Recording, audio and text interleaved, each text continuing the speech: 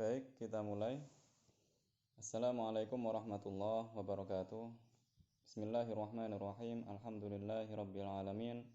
Wa sallallahu ala sayyidina Muhammadin thahal amin wa ala alihi wa sahabatihi thayyibin at-tahirin. Amma ba'd. Lillahi ta'ala. Bapak Ibu yang kami hormati, alhamdulillah pada kesempatan kali ini kita masih bisa mengikuti ngaji kitab Fathul Qorib bab puasa.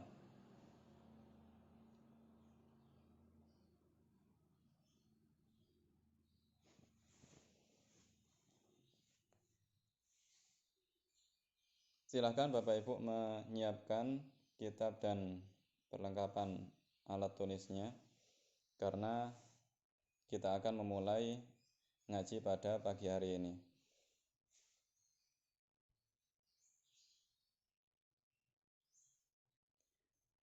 Baik, sebelum itu saya akan share screen kitabnya terlebih dahulu. Barangkali ada yang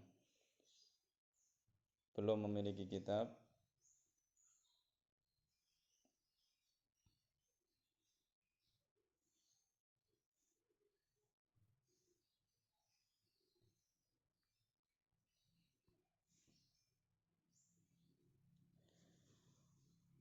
Baik, Bapak Ibu yang kami hormati,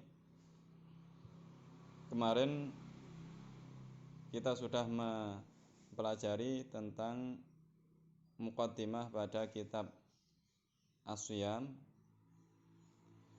pada bab siyam, bab puasa. Kemudian kita juga telah mempelajari syarat-syarat wajibnya puasa. Kemudian sekarang kita akan bersama-sama mempelajari tentang rukun-rukun puasa. Yaqulul muallifu rahimahullah, wa faraidus shaumi arba'atu asya'. Dan fardu-fardunya puasa ada 4 perkara. Fardu di sini maksudnya adalah rukun. Rukun puasa ada 4.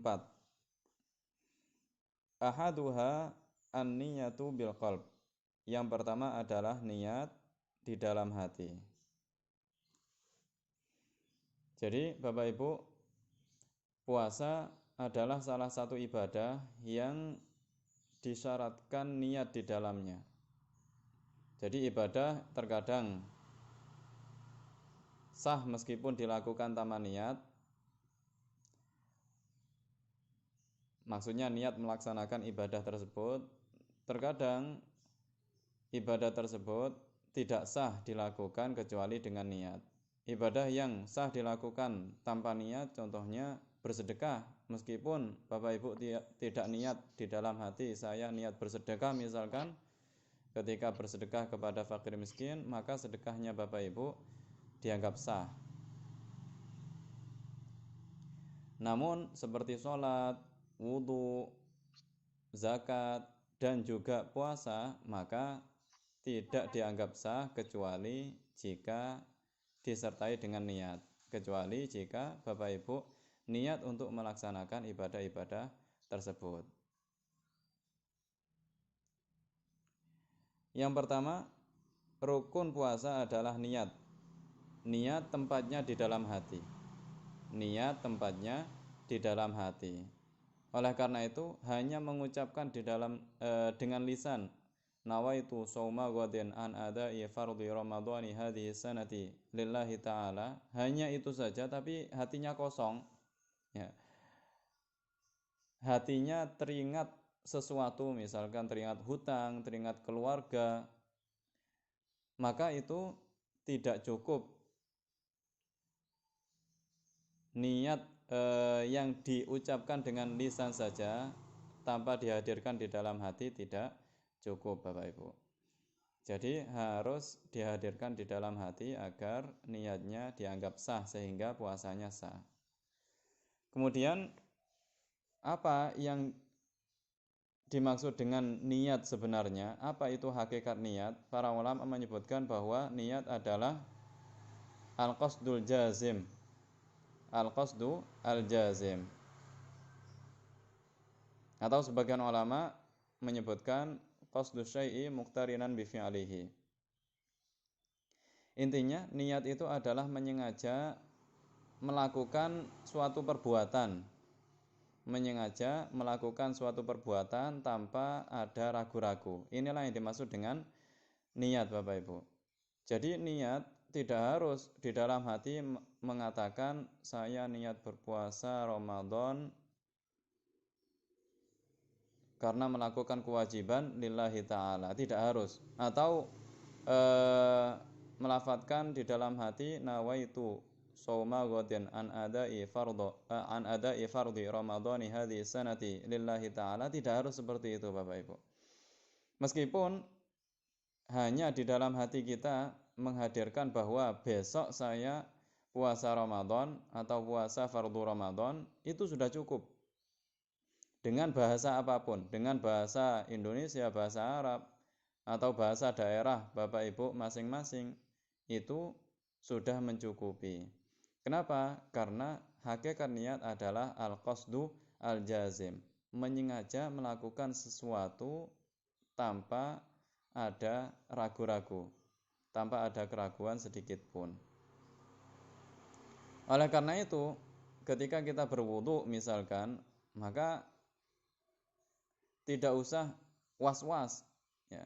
Tidak usah was-was. Terkadang mungkin Bapak Ibu juga pernah menemui, ya, terkadang kita menemui seseorang yang membasuh mukanya 4 kali, 5 kali, 7 kali, bahkan 10 kali kadang merasa wudunya belum sah. Karena dia merasa bahwa dia belum niat. Ya. Padahal niat itu bisa dilakukan hanya beberapa detik saja, karena niat hanya menghadirkan di dalam hati bahwa dia berwudu, bahwa dia sholat, bahwa dia berpuasa, hanya seperti itu. Jadi niat bukanlah sesuatu yang sulit, Bapak Ibu, bisa dilakukan hanya beberapa detik saja. Namun tetap syarat-syaratnya harus diperhatikan. Jika puasa tersebut puasa fardu, maka ada syarat-syaratnya. Jika sholat tersebut sholat fardu, maka syarat-syaratnya niat juga harus diperhatikan. Jadi yang pertama adalah niat di dalam hati. Kemudian al-muallif melanjutkan, yaqulul muallif rahimahullah, fa in kana as-shaumu fardhan ka ramadhana aw ka nadhrin fala budda min iqa'in niyyati lailan. Syarat yang pertama sudah dijelaskan bahwa harus dilaksanakan di dalam hati. Jika niat itu hanya dilafadzkan dengan lisan namun hatinya kosong, maka itu tidak cukup. Syarat yang kedua, apabila puasa tersebut adalah puasa fardu seperti Ramadan, seperti nazar, maka wajib mentabyid an-niyah, melaksanakan niat, menjatuhkan niat pada malam hari, lailan pada malam hari. Kemarin sudah kita jelaskan bahwa maksud dari lail di sini adalah mulai dari terbenamnya matahari sampai terbitnya fajar shadiq. Jadi niat tidak harus dilaksanakan setelah Bapak Ibu berbuka. Misalkan Bapak Ibu sebelum berbuka, tapi sudah masuk waktu maghrib, ya, sudah terbenam seluruh bulatan matahari, sudah masuk waktu malam, kemudian Bapak Ibu langsung niat, ya, saya besok puasa Ramadan, maka itu sudah mencukupi, meskipun Bapak Ibu belum berbuka puasa. Karena syaratnya niat itu harus dijatuhkan pada malam hari, baik setelah berbuka puasa ataupun sebelum berbuka puasa.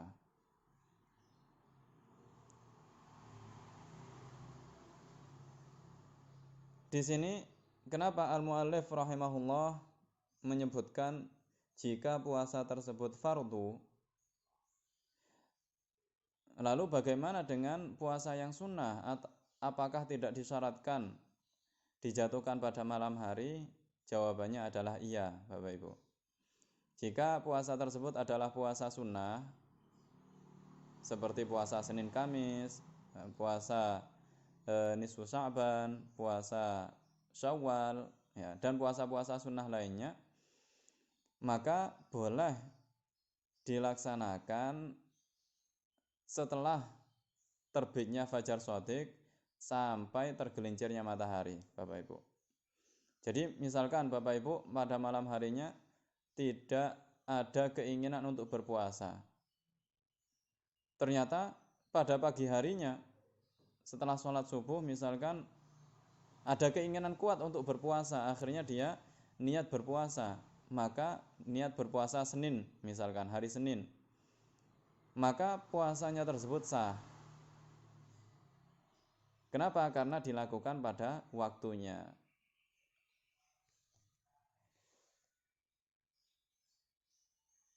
Namun seandainya dilakukan pada malam hari juga sah, Bapak Ibu.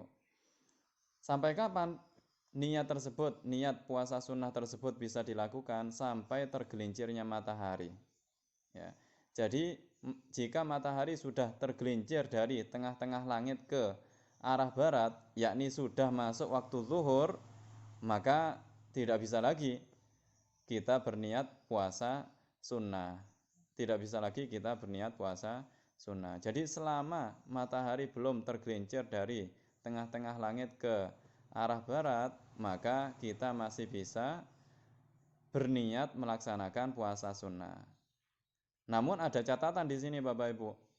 Kapan kita bisa berniat puasa sunnah?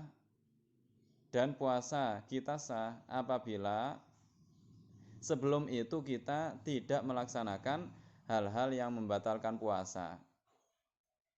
Tidak makan, tidak minum, dan tidak melaksanakan hal-hal yang membatalkan puasa lainnya. Namun, jika kita pada pagi harinya sudah sarapan, ya kita tidak bisa kemudian berniat puasa sunnah Bapak Ibu. Meskipun matahari belum tergelincir, tapi kita sudah sarapan. Jam 6 pagi misalkan kita sarapan, kemudian jam 7 ya, ingin berpuasa sunnah tidak bisa. Karena dia sudah makan dan minum. Jadi itu terkait puasa sunnah Bapak Ibu.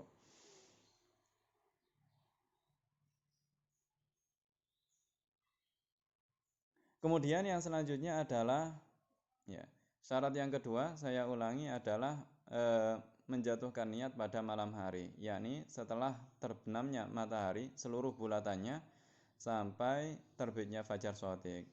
Jika itu puasa fardu. Jika itu puasa sunnah, maka boleh menjatuhkan niat meskipun setelah terbitnya fajar shadiq sampai kapan? Sampai tergelincirnya matahari. Kemudian syarat selanjutnya adalah wajibu ta'yinu fi shaumil fardhi ka ramadhana. Dan wajib menentukan puasa yang akan dia lakukan pada puasa fardu, puasa wajib seperti puasa Ramadan. Jadi jika dia ingin melaksanakan puasa wajib seperti puasa kafarah, puasa Ramadan meskipun qadha, puasa nazar, maka wajib ditentukan Bapak Ibu. Maka tidak cukup di malam hari dia hanya berniat saya besok puasa. Tidak ditentukan apakah itu Ramadan, nazar, kafarah. Maka niat tersebut tidak cukup. Kemudian sebagian ulama menyebutkan bahwa jika puasanya fardu, maka juga wajib disertai dengan kefardiyahannya, yakni wajib dia ketika niat menghadirkan bahwa dia niat puasa fardu Ramadan misalkan, atau puasa wajib karena nazar, puasa fardu karena nazar, atau puasa fardu karena kafarah misalkan.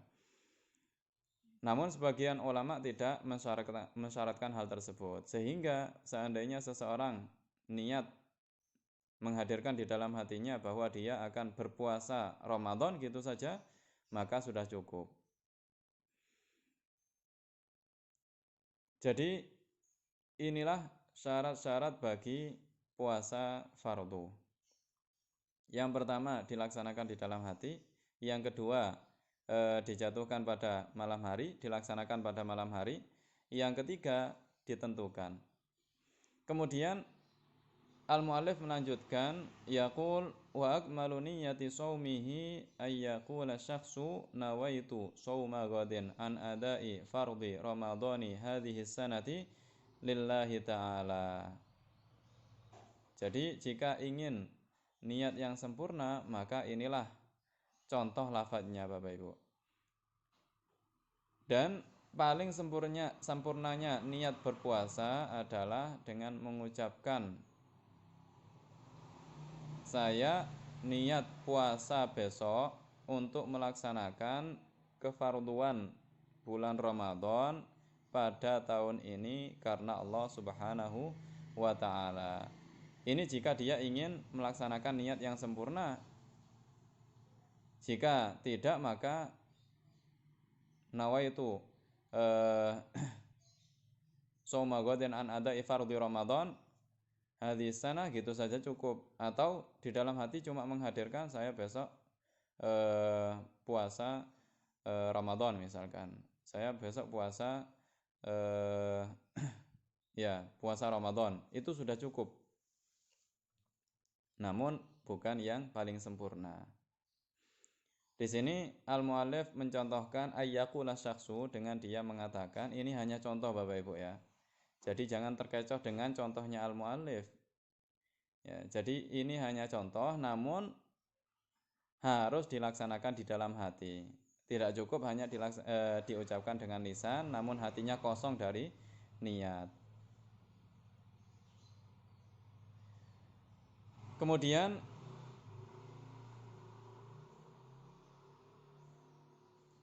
yaqulul muallif rahimahullah,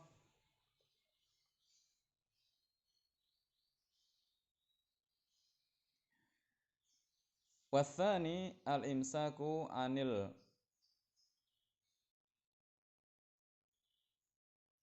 akli wasyurbi wa in qallal ma'kul wal mashrubu 'inda ta'ammudi. Rukun yang kedua adalah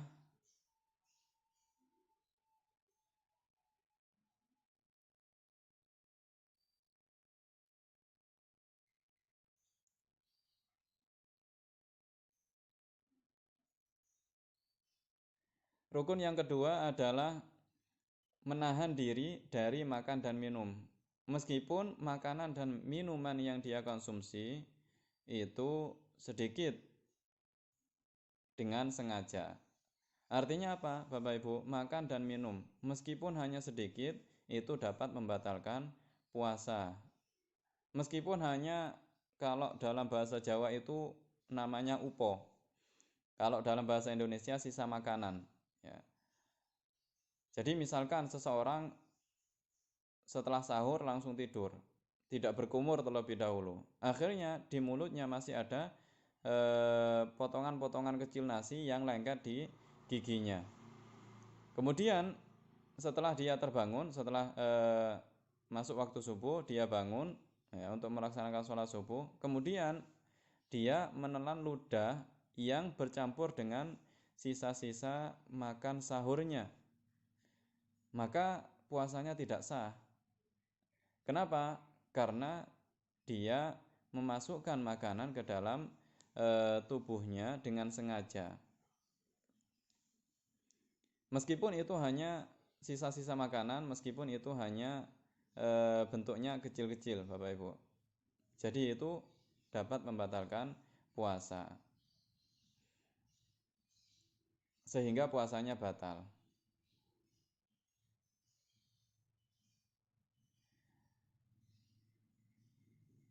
fa in akala nasiyan lam yuftir.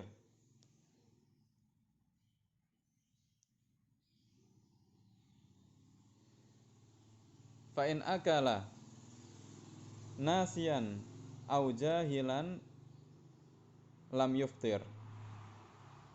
Jika dia makan atau minum tersebut dalam keadaan lupa. Maksudnya lupa di sini adalah lupa bahwa dia sedang berpuasa. Mungkin Bapak Ibu pernah mengalami, ya kan, di awal-awal Ramadan atau pada saat puasa sunnah, ya.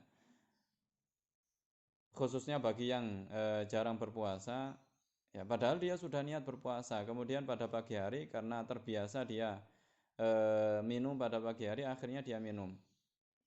Dia minum karena lupa bahwa dia sedang berpuasa, maka puasanya tidak batal. Meskipun dia minum 1 gelas habis, 2 gelas habis, ya. Tapi pada saat dia menelan air tersebut, mengkonsumsi air tersebut, pada saat dia minum tersebut, dia lupa bahwa dia sedang berpuasa, maka puasanya tidak batal.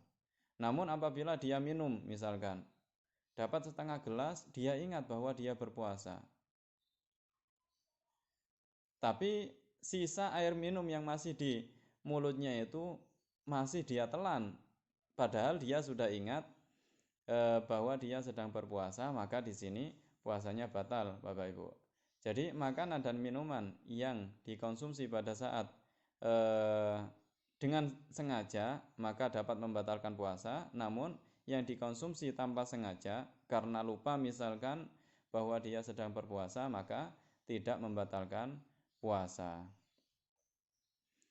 Atau dalam keadaan jahil. Maksudnya jahil di sini adalah tidak tahu bahwa makan dan minum pada saat puasa tersebut dapat membatalkan puasa dan hukumnya haram jika puasanya puasa fardu. Dan hukumnya haram jika puasanya adalah puasa fardu, contohnya seperti puasa nadar, puasa Ramadan, ya, baik ada maupun qadha, dan puasa-puasa fardu lainnya. Jika seseorang mengkonsumsi makanan atau minuman karena dia tidak tahu bahwa itu dilarang pada saat berpuasa, bahwa itu hukumnya haram jika dilakukan pada saat berpuasa fardu, maka puasanya tidak batal. Namun yang perlu diketahui di sini, maksud dari jahil di sini, maksud dari orang yang tidak tahu keharaman makan dan minum pada saat puasa Ramadan adalah al-jahil al-ma'dzur, orang yang tidak tahu dan dianggap uzur. Ketidaktahuannya itu dianggap uzur, Bapak Ibu. Contohnya seperti apa? Ya, al-jahil al-ma'dzur di sini maksudnya siapa? Maksudnya adalah in kana qariba ahdin bil Islam aw nasha'a ba'idan 'anil ulama. Ya, puasanya orang jahil tersebut tidak batal karena makan dan minum jika dia qarib ahdin bil Islam, baru masuk Islam, sehingga dia belum sempat untuk belajar hukum-hukum tentang puasa, belum sempat untuk mempelajari syarat-syarat dan rukun-rukun puasa, sehingga dia makan dan minum. Au nasha'a ba'idan 'anil ulama, atau tinggal jauh dari orang-orang yang alim. Maksud dari orang-orang yang alim di sini, ya, bukan seperti Imam Syafi'i, Imam Abu Hanifah, ya, Imam Ahmad, ya, Imam Nawawi, Imam Malik, Imam Rafi'i. Bukan maksud dari orang-orang yang alim di sini adalah seperti mereka, Bapak Ibu. Maksud dari orang alim di sini adalah orang-orang yang mengetahui hukum-hukum puasa, orang-orang yang mengetahui tentang hukum-hukum puasa, pernah belajar tentang hukum-hukum puasa. Ya. Jadi jika ada seseorang tinggal di dekat pondok pesantren misalkan, ya, atau tidak tinggal di dekat pondok pesantren, namun ya, di daerahnya tersebut ada orang-orang yang pernah mondok sehingga pernah belajar hukum-hukum puasa. Maka orang tersebut jika tidak tahu tentang hukum-hukum puasa sehingga makan pada siang hari Ramadan, maka ketidaktahuannya ini tidak dianggap uzur. Ketidaktahuannya ini tidak dianggap uzur sehingga puasanya batal, Bapak Ibu. Sehingga puasanya batal. Kenapa puasanya batal? Karena dia lalai. Kenapa lalai? Karena sebenarnya dia memiliki kewajiban. Apa itu? Yaitu mempelajari ilmu agama yang berkaitan dengan ibadah-ibadah yang wajib dia lakukan. Ya. Yakni yang biasa disebut dengan ilmu yang hukumnya fardhu ain. Ilmu din ad-daruri, ilmu agama yang pokok. Ya. Jadi setiap dari kita itu wajib mempelajari kadar tertentu dari ilmu agama yang butuh kita ketahui untuk sebagai bekal melaksanakan ibadah-ibadah yang wajib kita lakukan, seperti mempelajari tentang hukum-hukum sholat, hukum-hukum istinja, hukum-hukum wudhu, hukum mandi, ya. Kemudian hukum puasa, kemudian hukum zakat bagi yang berkewajiban menunaikan zakat, ya. Kemudian hukum haji bagi yang berkewajiban menunaikan haji, dan yang lain sebagainya. Ya. Dan yang lebih penting dari itu adalah mempelajari tentang keimanan dan keislaman, Bapak Ibu. Kenapa? Karena ya, dasar dari setiap syarat-syarat sahnya ibadah adalah orang tersebut harus muslim. Jadi itu syarat pertama, ya, sebelum misalkan pada sholat, sebelum harus suci dari hadas dan najis, harus menghadap kiblat. Sebelum syarat-syarat tersebut, syarat yang pertama agar ibadah sholatnya sah, ibadah puasanya sah, adalah dia harus muslim, dia harus mukmin, ya Bapak Ibu. Nah, lalu bagaimana seseorang bisa menjaga keimanannya, menjaga keislamannya jika dia belum pernah mempelajari tentang ilmu akidah, belum pernah mempelajari tentang ilmu agama, Bapak Ibu. Ya. Jadi ilmu-ilmu tersebut wajib dipelajari oleh setiap orang mukallaf, ya, orang yang sudah balik dan berakal. Kenapa? Karena ilmu tersebut adalah bekal, adalah syarat sahnya ibadah kita, ibadah wajib kita seperti sholat, wudhu, puasa, ya, zakat bagi yang wajib menunaikan zakat, dan ibadah-ibadah fardu lainnya.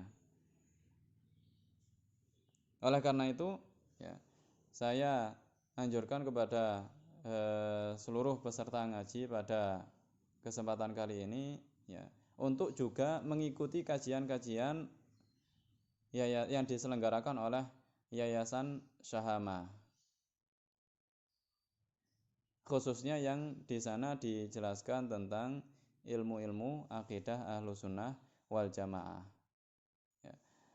Agar yang pertama kita mengetahui, bisa membedakan antara mana akidah yang benar, mana akidah yang salah, mana akidah yang moderat, mana akidah yang radikal, ya Bapak Ibu, mana ajaran Rasulullah, mana yang ajaran menyimpang dari Rasulullah. Jadi silakan Bapak Ibu ikuti terus kajian yang diselenggarakan oleh Yayasan Syahama. Baik Bapak Ibu, itulah terkait al-jahil al-ma'dzur. Kemudian syarat selanjutnya adalah syarat selanjutnya agar puasanya batal disebabkan makan dan minum adalah dia makan dan minum dalam keadaan tidak terpaksa. Dia makan dan minum dalam keadaan tidak terpaksa.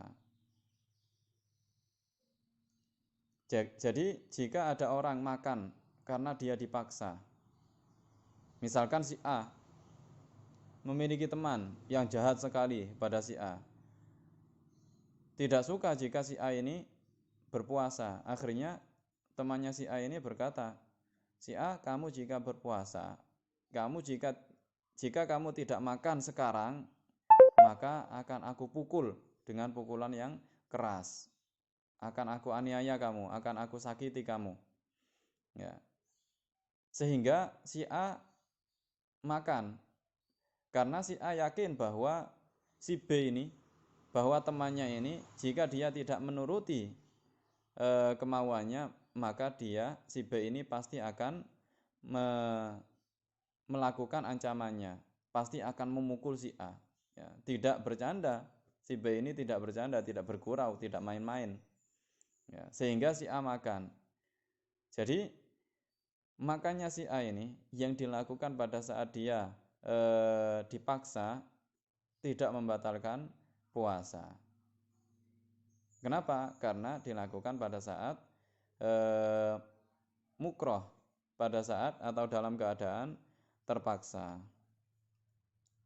Jadi terpaksa di sini tidak harus berupa ancaman yang menyebabkan hilangnya nyawa, tidak harus berupa pembunuhan, tidak harus. Meskipun berupa pukulan yang keras, itu termasuk ancaman yang merupakan uzur untuk makan dan minum. Tapi syaratnya Bapak Ibu ya, yang mengancam itu tidak main-main dan bisa melaksanakan ancamannya. Namun jika yang mengancam itu main-main, ya, misalkan si A tahu bahwa temannya ini, si B ini suka bercanda, ya. Si A yakin bahwa temannya ini hanya bercanda, tidak akan memukulnya, maka tidak boleh dia kemudian makan dan minum, ya. Atau si A ini besar, berotot, dan si B ini masih anak kecil, ya. Tidak mungkin bisa melaksanakan ancamannya, maka tidak boleh kemudian si A ini makan dan minum. Kenapa? Karena dia bisa menolak ancamannya tersebut. Namun jika kebalikannya, misalkan si B besar, si A kecil, ya, dan si B tidak main-main, jika si A tidak makan dan minum, jika si A tidak melaksanakan perintahnya, maka si B ini pasti akan memukulnya. Ya.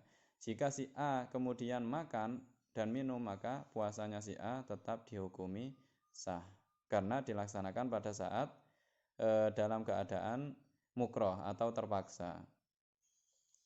Jadi itulah penjelasan terkait makan dan minum pada saat puasa. Ya. Jadi saya ulangi dengan ringkas, makan dan minum pada saat berpuasa dapat membatalkannya dengan syarat yang pertama dilakukan dengan sengaja, tidak lupa bahwa dia sedang berpuasa. Kemudian yang kedua, dilakukan dalam keadaan mengetahui hukum keharaman makan dan minum di siang hari bulan Ramadan, ya. Atau bahwa makan dan minum dapat membatalkan puasa. Dan hukumnya sama seperti al-alim bit-tahrim, orang yang mengetahui keharaman makan dan minum pada saat berpuasa Ramadan ini siapa? Al-jahil ghairul ma'dzur. Orang yang tidak mengetahui hukumnya, akan tetapi dia tidak dianggap uzur. Ya. Dia tidak dianggap uzur atas ketidaktahuannya. Contohnya seperti orang yang tinggal di sekitar pesantren, atau orang yang di daerahnya ada tokoh guru ngaji misalkan yang tahu hukum puasa. Kemudian yang selanjutnya adalah dia makan dan minum dalam keadaan tidak terpaksa. Jadi itulah Bapak Ibu 3 syarat agar makan dan minum dapat membatalkan puasa seseorang. Wa illa aftar, dan jika tidak seperti itu maka puasanya batal. Maksudnya tidak seperti itu adalah jika dia makan dalam keadaan ingat bahwa dia berpuasa, dalam keadaan tahu keharaman makan dan minum pada siang hari pada saat berpuasa fardu, kemudian dilakukan dalam keadaan tidak terpaksa. Yaqulul muallifu rahimahullah wasalisu al-jima' amidan.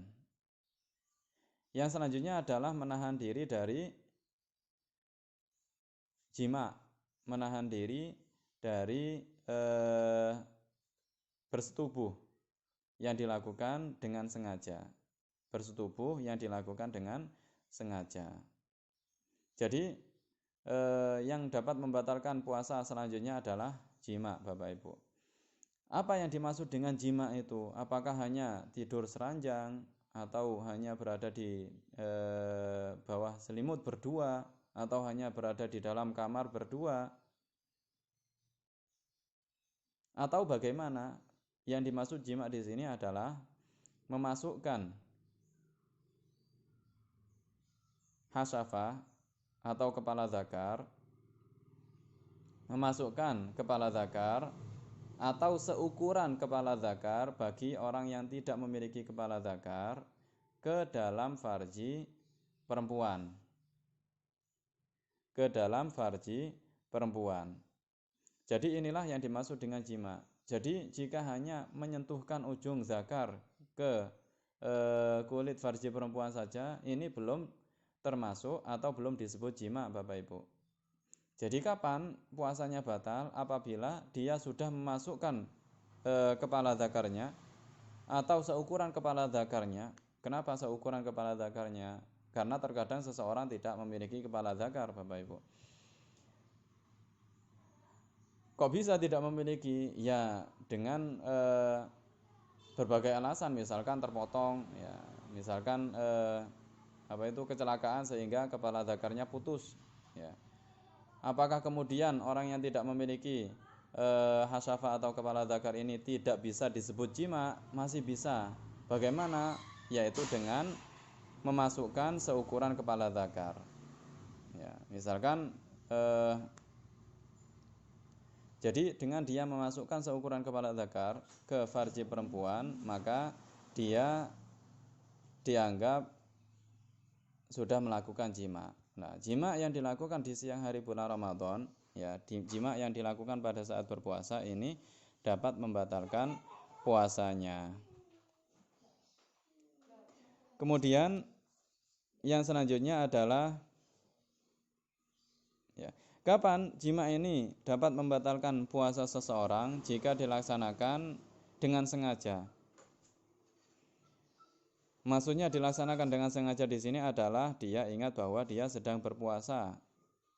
Kemudian yang kedua adalah dilakukan tanpa terpaksa, dalam keadaan tidak terpaksa. Kemudian yang ketiga adalah dilakukan dalam keadaan mengetahui keharaman perbuatan tersebut. Dalam keadaan mengetahui keharaman perbuatan tersebut. Yaqulul muallif rahimahullah wa ammal jima'u nasiyan fakal akli nasiyan. Adapun jima yang dilakukan dalam keadaan lupa, maka hukumnya seperti makan dalam keadaan lupa, sehingga puasanya tidak batal. Maksudnya lupa di sini adalah lupa bahwa dia sedang berpuasa Ramadan misalkan, atau bahwa dia sedang berpuasa. Dan juga jima yang dilakukan dalam keadaan terpaksa, ya. Penjelasannya sama seperti pada penjelasan tentang makan dan minum. Dan juga jima yang dilakukan dalam keadaan jahil ma'dzur, dalam keadaan tidak mengetahui keharamannya, yang dia dianggap ma'dzur, dianggap memiliki uzur.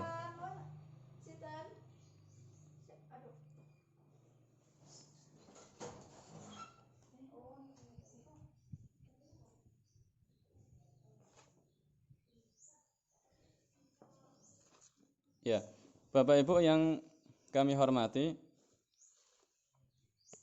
selanjutnya adalah yaqulul muallif rahimahullah warrabi'u ta'ammudul qai'. Yang selanjutnya adalah menahan diri dari menyengaja muntah. Bagaimana caranya menyengaja muntah? Caranya seperti memasukkan jari telunjuknya ke mulutnya sehingga dia merasa mual dan muntah. Ya. Apakah dengan hanya memasukkan jari ke mulutnya ini puasanya langsung batal? Tidak. Kapan dianggap batal? Apabila dia muntah. Ya. Jika dia muntah, maka puasanya batal. Kenapa? Karena muntahnya disengaja. Namun jika dia tidak muntah, maka puasanya tidak batal. Muntah yang disengaja ini dapat membatalkan puasa meskipun dia tidak menelan kembali sisa-sisa muntahannya. Jadi tidak disyaratkan dia harus menelan kembali sisa-sisa muntahannya agar puasanya dianggap batal. Kenapa? Karena dia muntah karena disengaja. Falau ghalabahul qai'u lam yabtul shaumuhu. Apabila muntahnya tidak disengaja, maka puasanya tidak batal. Contohnya seperti karena mabuk, ya, pada saat perjalanan dia mabuk akhirnya muntah, atau pada saat sakit mual akhirnya dia muntah, maka puasanya tidak batal. Namun di sini ada catatannya, dia tidak boleh menelan kembali sisa-sisa muntahannya tersebut. Apabila dia menelan kembali sisa-sisa muntahannya tersebut, maka puasanya menjadi batal, Bapak Ibu. Jadi agar tidak batal, orang yang muntah tanpa disengaja, apa yang harus dia lakukan? Ya segera dia sucikan mulutnya. Setelah muntah, dia keluarkan, ya, dia ludahkan sisa-sisa muntahannya. Kemudian yang masih ada di mulut dia ludahkan, yang ada di tenggorokan dia usahakan untuk keluar, ya, dia keluarkan, ya. Setelah semua sisa muntahannya itu keluar, lalu dia berkumur. Setelah itu, jika mulutnya sudah suci, maka dia boleh menelan ludahnya yang murni, yang bersih. Apabila mulutnya masih najis, ya, dia belum berkumur, belum mensucikan mulutnya, maka dia belum bisa menelan ludahnya, meskipun mulutnya sudah bersih dari sisa-sisa muntahan, Bapak Ibu. Jadi harus disucikan terlebih dahulu, baru dia bisa menelan air ludahnya.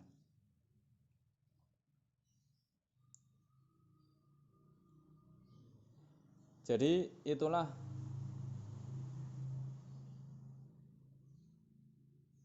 terkait hal-hal yang harus dijaga, hal-hal yang harus dihindari agar puasa kita sah. Baik Bapak Ibu yang kami hormati, saya rasa cukup sekian pada kesempatan kali ini. Insya Allah selanjutnya akan kita lanjutkan pada pertemuan berikutnya, besok pada jam yang sama. Namun sebelum itu, barangkali ada pertanyaan terkait penjelasan yang saya sampaikan pada pertemuan kali ini.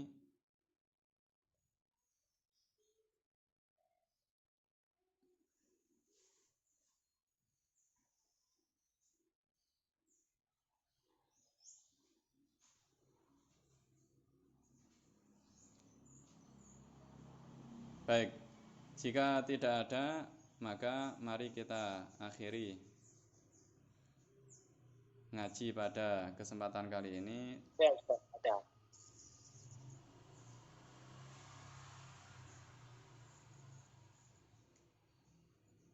Ada, Ustaz. Oh iya, baik Bapak. Di Ada chat yang ada, bertanya? Ustaz.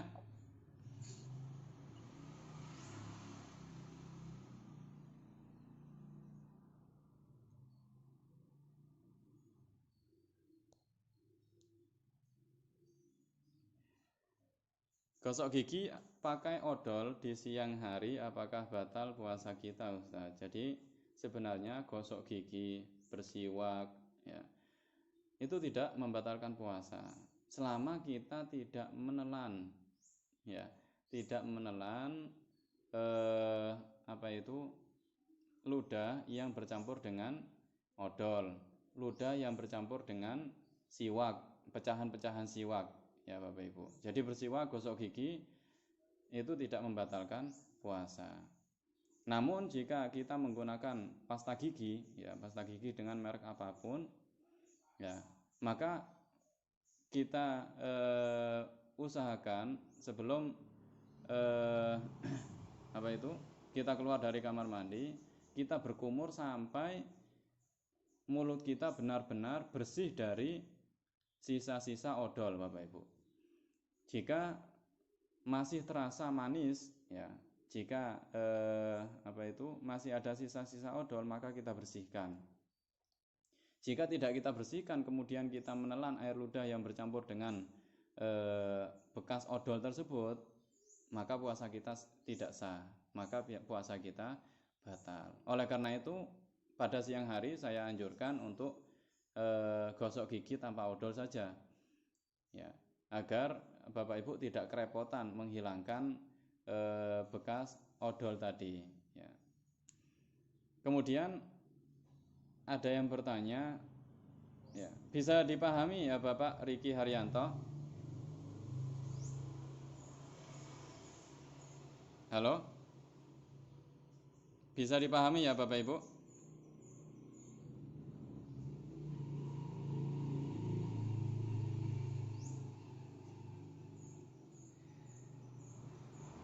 Ya, baik. Kemudian yang kedua, Ustadz, apakah ibu hamil boleh puasa setengah hari? Tidak boleh Bapak Ibu. Tidak ada yang namanya puasa setengah hari itu. Jadi ibu hamil atau ibu menyusui itu bisa tidak berpuasa. Jadi kalau memang tidak berpuasa ya tidak berpuasa tanpa setengah hari, ya. Tapi kalau mampu untuk berpuasa ya berpuasa sampai terbenamnya matahari. Kapan ibu hamil dan ibu menyusui itu boleh untuk tidak berpuasa? Nanti akan dijelaskan di akhir bab. Nanti ada penjelasan khusus terkait ibu hamil dan ibu menyusui. Sakit ma, ada pertanyaan, sakit ma yang menyebabkan pahit di mulut dan gusi berdarah, bagaimana Ustadz? Batal atau tidak bila tertelan? Ya, ya. Jadi pahit yang disebabkan oleh mual, pahit yang disebabkan oleh misalkan sakit, ya, ketika demam, ya, kita terkadang merasakan mulut ini pahit Bapak Ibu, ya. Atau ketika mah, ya, sehingga mulut ini terasa pahit, maka rasa pahit ini tidak membatalkan puasa. Rasa pahit ini tidak membatalkan puasa. Kemudian terkait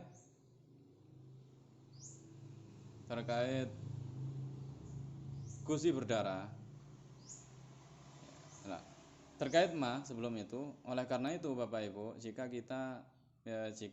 di antara kita ada yang memiliki penyakit lambung yaitu ma, ya, usahakan ya tidak melakukan hal-hal yang menyebabkan dia ma. Ya, misalkan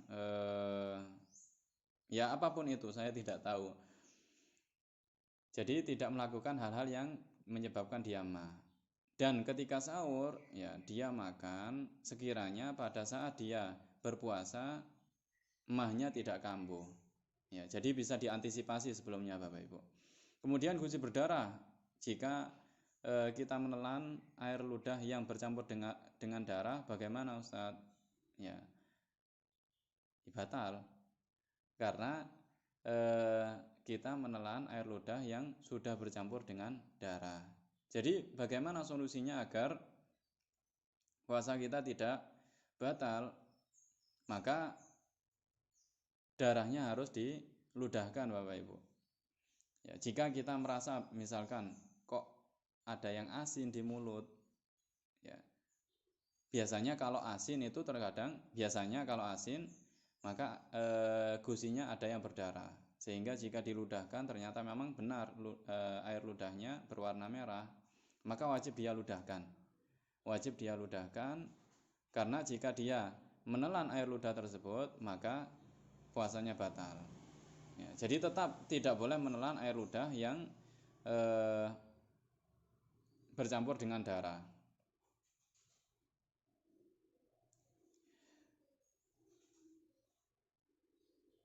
Setelah meludahkan air ludah yang bercampur dengan darah tersebut, kemudian berkumur agar suci, baru air ludah yang murni yang tidak bercampur dengan sesuatu apapun boleh ditelan Bapak Ibu. Kemudian ibu yang baru melahirkan atau khawatir terhadap diri dan anaknya, apakah selain mengqadha perlu bayar fidyah juga Ustadz? Ini ada perinciannya Bapak Ibu ya. Ibu menyusui, ibu hamil, ini nanti ada perinciannya sendiri di akhir bab. Insya Allah 3 pertemuan berikutnya akan dijelaskan secara rinci agar Bapak Ibu paham dengan jelas. Kalau menelan dahak bagaimana hukumnya Ustadz? Ya, dahak itu ada kalanya ya bertempat di leher bagian bawah atau di dada bagian atas, dan ada kalanya bertempat di kepala Bapak Ibu. Ya.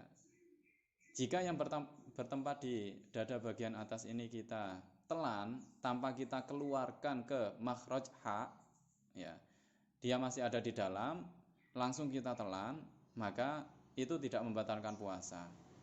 Namun ya, jika kita keluarkan sampai di mulut atau paling tidak sampai di makhraj ha dan ain, maka wajib kita keluarkan dan kita ludahkan. Jika tidak, ya, jika setelah keluar kemudian kita telan kembali, maka puasa kita tidak sah, puasa kita batal. Adapun dahak yang bertempat di kepala, ya, khususnya orang yang pilek, orang yang flu, ini sering mengalami hal tersebut, ya. Maka jika dahak tersebut keluar turun, ya, dan melewati tenggorokan kita, maka kita usahakan untuk kita keluarkan. Ya. Kita usahakan untuk kita keluarkan dan kita ludahkan. Kenapa? Karena jika kita mampu mengeluarkannya tapi tidak kita keluarkan dan kita telan dahak tersebut atau dahak yang berasal dari ingus tersebut, maka puasa kita batal Bapak Ibu. Puasa kita batal. Jika kita merasa misalkan di siang hari pada saat bulan Ramadan kita pilek, flu, ya, kemudian merasa ada yang turun, ya, dari kepala menuju tenggorokan, maka kita usahakan untuk kita keluarkan semampunya, ya. Jika sudah berusaha mengeluarkan ingus atau dahak yang turun tersebut, ya, kemudian kita sudah mengira bahwa sudah keluar semua, kemudian ketika kita menelan air ludah kok ternyata ada yang masuk bersama air ludah, sisa-sisa dahak yang tidak bisa dikeluarkan, maka sisa-sisa dahak yang tidak bisa dikeluarkan itu tidak membahayakan puasa kita. Ya, jadi tetap kita harus berusaha mengeluarkannya. Ya, jika ada sisa-sisa yang tidak mampu kita keluarkan, kemudian masuk bersama air ludah kita ketika kita menelan ludah, maka puasa kita tidak batal.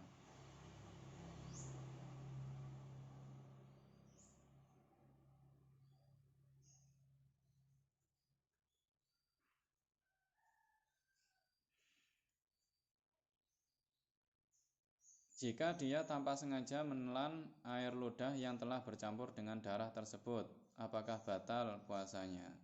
Biasanya menelan air ludah itu disengaja Bapak Ibu ya.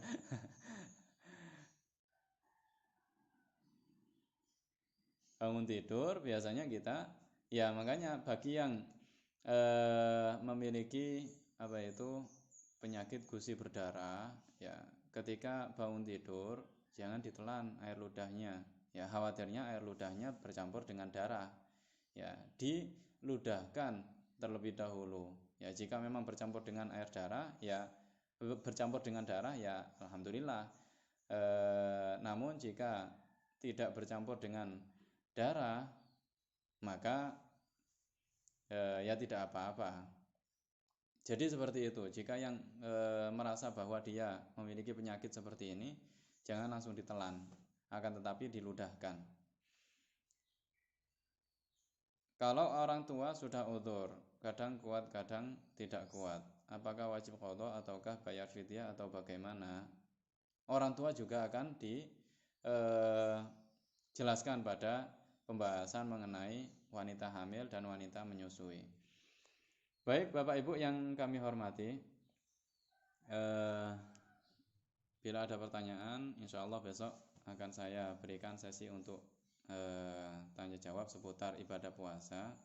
Untuk pertemuan kali ini saya anggap cukup sekian Bapak Ibu ya.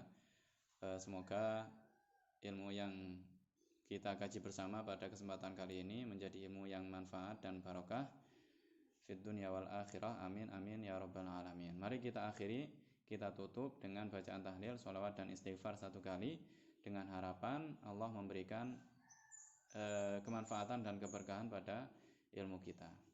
La ilaha illallah, Allahumma sholli ala sayyidina Muhammad wa ala alihi wa sahbihi wa sallim. Rabbi ufirli wa liwalidayya wa lil mu'minina wal mu'minat walhamdulillahi rabbil alamin.